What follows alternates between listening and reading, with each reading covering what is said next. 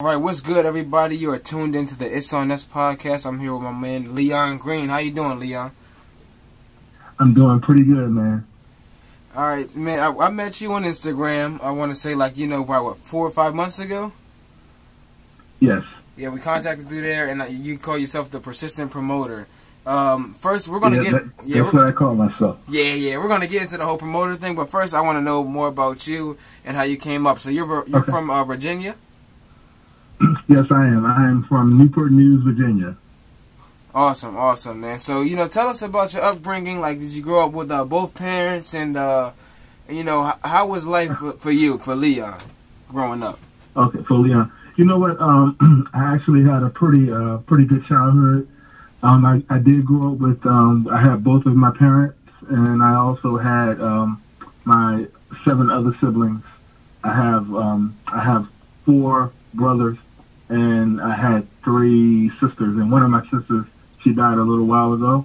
But so it's now just 7 of us. But they grew up in the country. I was there for a little while, but I remember my childhood just being very simple. We were poor, of course, but I just remember not knowing that I was poor because we always had food on the table. And my mom and my dad, they worked very hard, and they tried to instill things in us as best as they could at the time. And I always had fun with my brothers and sisters. We picked on each other. We did things. We were very close. And in fact, I have a big family, an extended family as well. And so I don't regret my childhood. I had a dark moment, as a teenager, but But definitely I can look back on it and say I really enjoyed my childhood, and I'm very thankful for my family.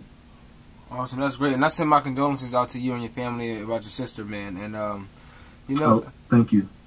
No problem, man. And so growing up, you had a pretty good childhood. And I hear that a lot. Like, people that grew up poor, they probably just didn't even know that they were poor because they had so much fun just growing up with their siblings and enjoying their parents. It was just living life. Yes, exactly. So how was high school for you? High school and college? How was high school? I actually transitioning from elementary school to high school, from middle school to high school, it was very, for some reason it was very hard for me. I think I was very nervous about being around a lot of people that were a lot older than I was, like the seniors and the juniors, and I kept hearing these horror stories about high school. But I like high school.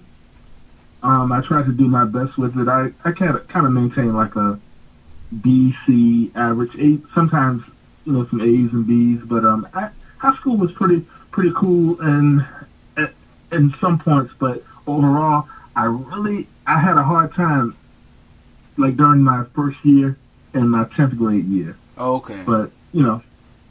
But after a while, I kind of I made friends, and they used to always call me the black guy trying to be white, which I definitely was not trying to do that. Yeah. Because I was just being myself. Mm-hmm. I used to wear these pants that I would roll up at the bottom, mm-hmm. and I would have on these like Van shoes and the piano key hats, and that was just what I loved. And I loved MTV and Duran Duran and all these crazy, rock bands, mm-hmm.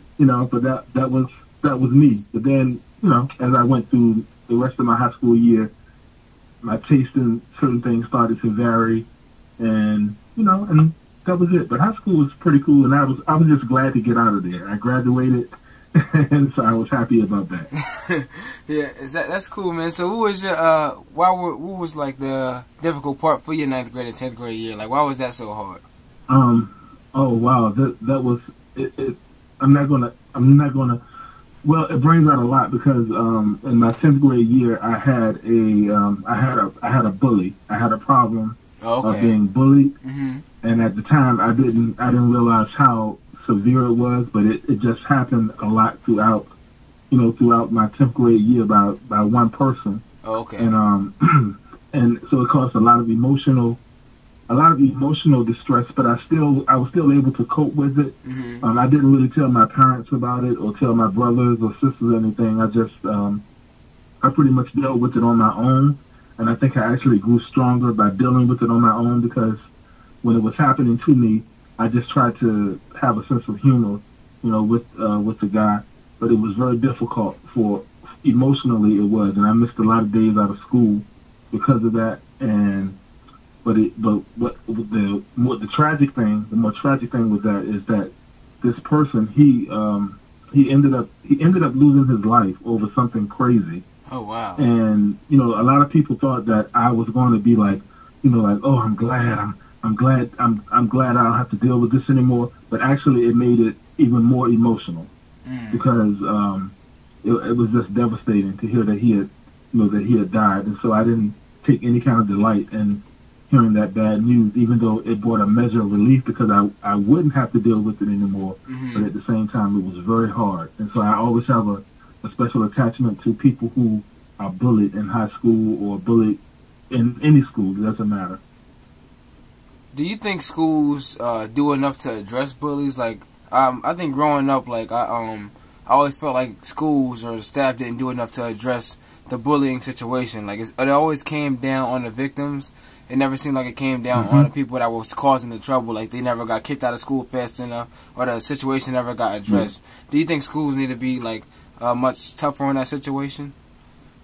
Yeah, I think I think definitely that they. I don't get into the political side of it, but I definitely think that it's a problem that should really be addressed before. Unfortunately, it's kind of gotten out of hand, and it's led to some crazy stuff. But I think in the schools, they definitely need to have something incorporated, even more so to just kind of be proactive. Yeah. Just really have a deep interest in what's going on with all of the students. That's not easy, I know, for a school system, but you have to have a deep personal interest in people. It's not just about teaching them whatever. You have to really, like for teachers, they have to kind of know your students, be alert as to what's going on, and then at home, the parents, of course, it has to be like open communication with their children. You have to ask their children when they get home, not interrogate them, but just ask them how their day was during a time period when they're not stressed or doing a lot of homework. And just ask them how's it going, and it's on both parts. I definitely don't blame parents, of course, for what's happening, but of course, being involved with your children and emotionally and in other ways, it'll help you to know if there's any change with them or if anything is going on with them. And definitely in the school system, they need to address it. They need to address it vigorously because it's actually probably more of a problem than they realize. True. Now, what was going into college? What was college like, and what did you major in?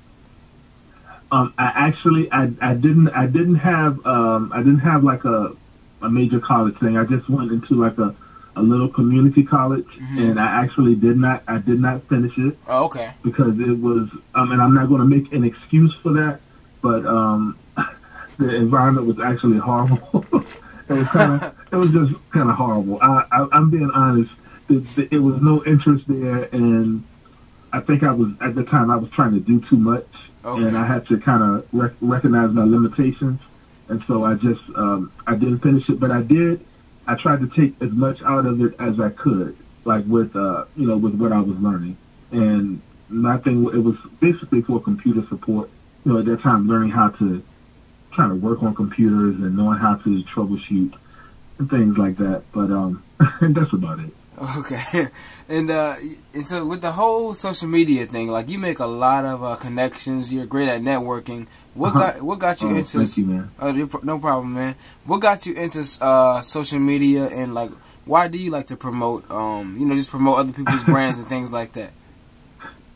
Yeah, you know what? Actually, I hated social media. I hated social media when it first became very popular, and my And I didn't want to go on it because I just thought it was just too crazy. I would see things that my nephews and my cousins were talking about that was up there. So I was kind of like hesitant. I was like, no, I'm not going up there. But I was convinced to go up there because of the fact that I could reach people that I hadn't seen in a while. Mm-hmm. And so I said, so once I made the decision to do that, then I said, okay, I'll be responsible. I won't be acting stupid. I'll just be responsible. And actually, it wasn't until last year, being on social media, that I became interested in promoting different brands and different brands or artists or whatever the case is. And I want to explain this as quickly as possible. I actually started off doing one of my friends who tried to start his own clothing line. He called me up one day and he wanted me to do like word of mouth, and so I told him, I said, well, you know what, if you're not on social media, you're going to shoot yourself in the foot. So you may want to start up there. Yeah. And so he said, well, man, you know how to talk. That's what my friends always say. So I just said, okay, well, I'll go up there and say a few things about the shirts or whatever. And so I did. And when I started doing that, to make a long story short, it just took off. In some kind of way, I managed to connect with one of Life Jennings' background singers. Okay. And that's when it kind of started from there, and then it started leading to other connections, and then I realized that I really love talking to people, and I love making people feel good. And so like sometimes I would just I would see a brand or an artist that I like, and I go on my page and I put something up there and say something about them, and man, they would flip out over that, because they weren't expecting it. Yeah. And so I love it, and I think that when it comes to support, I really, you have to genuinely be supportive of people. Yes. You have to, and I think that I can't stand this thing where somebody supports a person or brand or whatever the case is, and then they don't want to do the same thing for someone else. So true. So true. And I think go ahead, I'm sorry. Oh, no, I say it's so true. You're right about that. And so with a brand or a business or artist or whatever, because Lenny, really, I don't know what I'm doing half the time. But hey, when they tell me that I'm doing something right, that keeps me going, and I stay persistent. And I think that with any brand, and you probably know this better than I do, with any brand or any artist or any whatever endeavor it is, you have to have a story.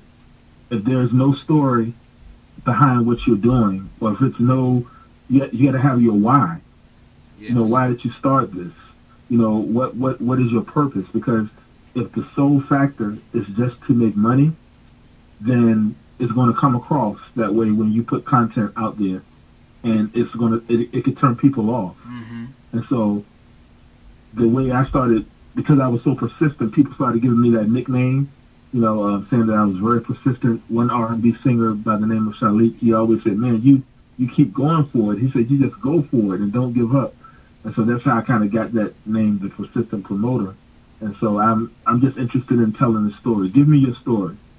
Even if I think your brand stinks, Yeah. still give me your story, because the story makes a connection with people. And so you have to have it. And I just love telling the story. Awesome. Yeah, and I can't stand people that go Hollywood, man. Like, what I mean by that is, you have people like, Miss Reed for Total Access. She's a great supporter. Like, you supported her, she supported you, and everything worked out. Same thing with Cotton Fitness. Same thing with me. Like, we were able, exactly. We were able to network. We were able to support each other, and we keep on doing it with each other. Now, the thing is like when you hit up other people, or like you support them or things like that, they won't support back because they do Hollywood things, meaning they feel like they're so big they don't gotta do things for other people. I can't stand that. Yes, exactly, and I couldn't agree with you more. Recently, and this is not to be it's not to be negative or anything, but and I won't put some of the people out there that I've met. I just know that I've met a lot of popular R&B singers, choreographers, video directors, producers, engineers.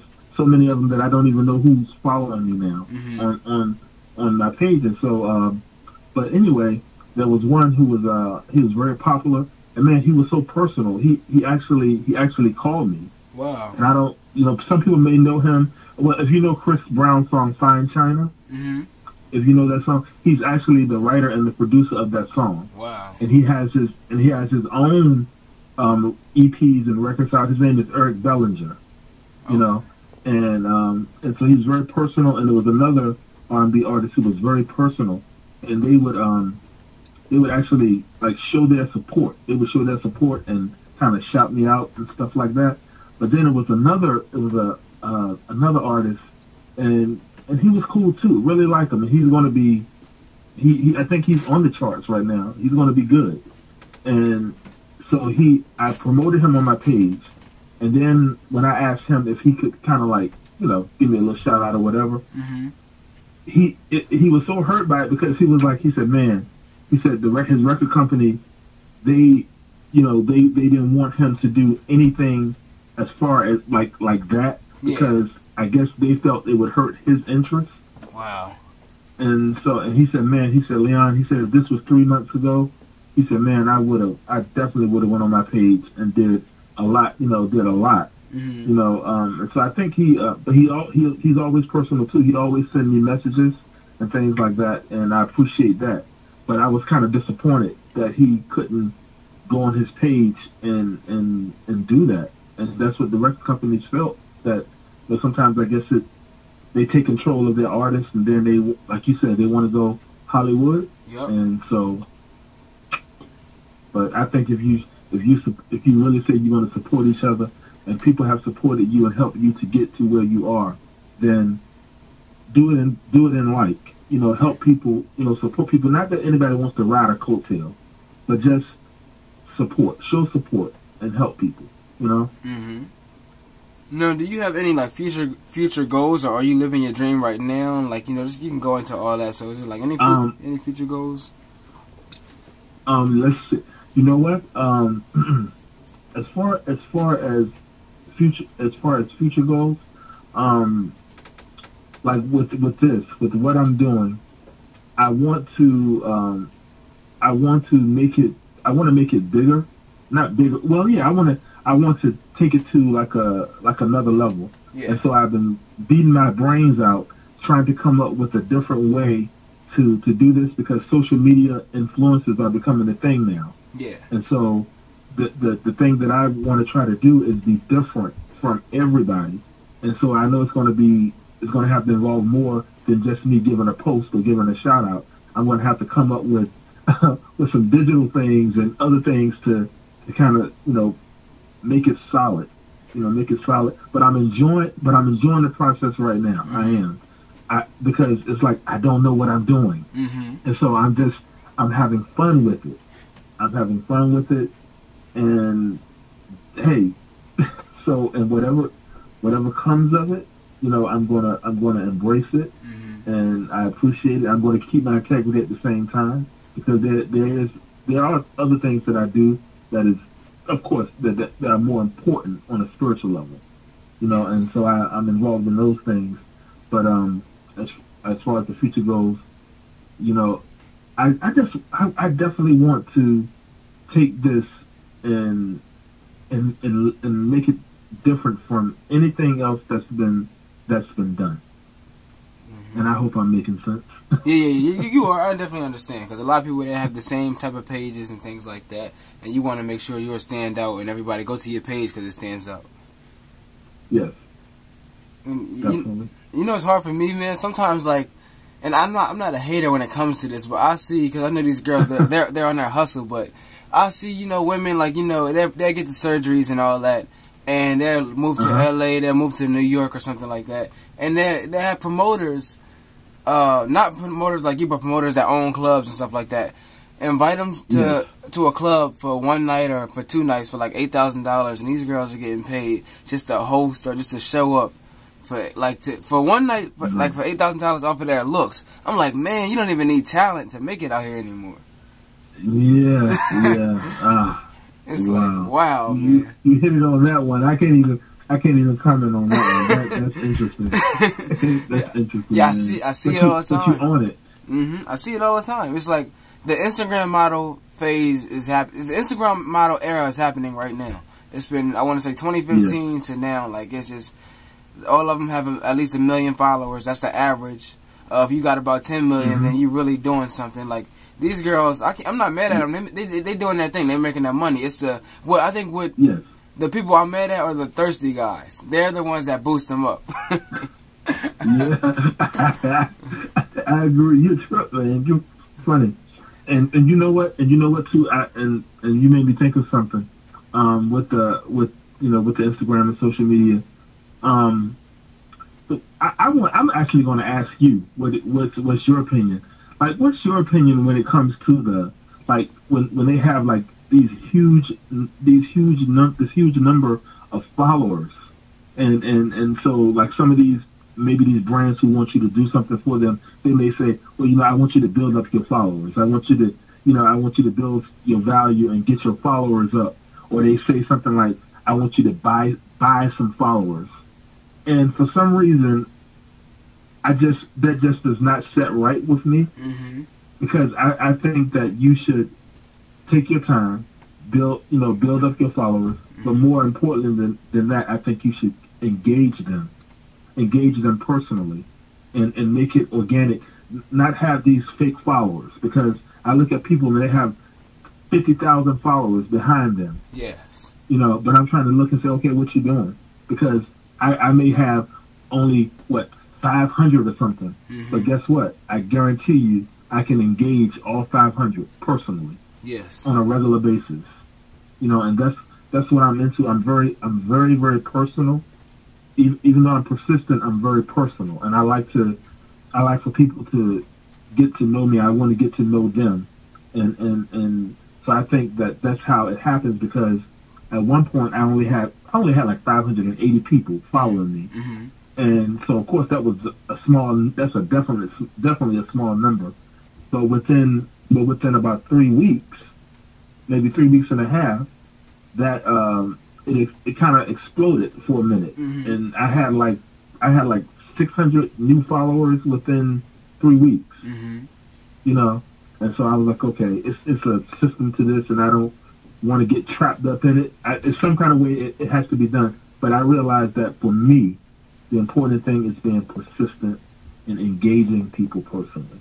Yes, that's what it's about for me. And I'm going to smash those myths about having these big numbers to be able to accomplish anything, because I got connections that follow me that I'm sure nobody else has.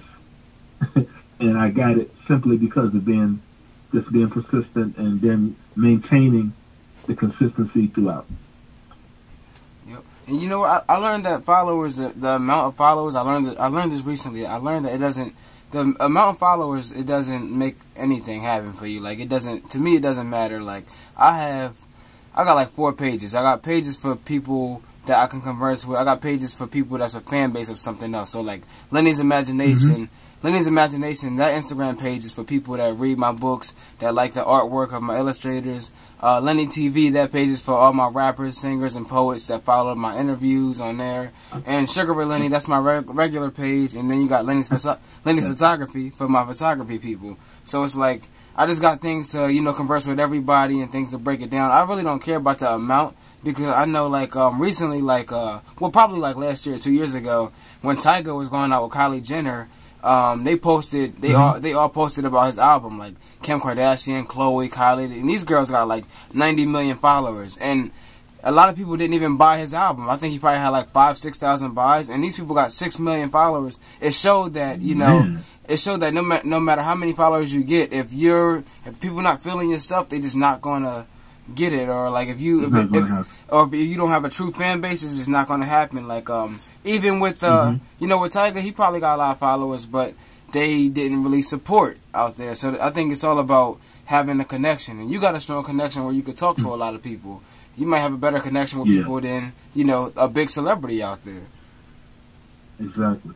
Wow, man, interesting. Yeah. To me, I think the numbers thing. I think it's sad when a lot of companies or something say, you know, get your numbers to get your followers up, because you have millionaires and billionaires out there that have Instagram pages, but they probably only got 200 followers. Like I seen this one guy, he reposted one of his friend's checks or something like that. He said, "Look at my friend, man, he's a millionaire." This millionaire only had about 200 followers, but hey, he got millions.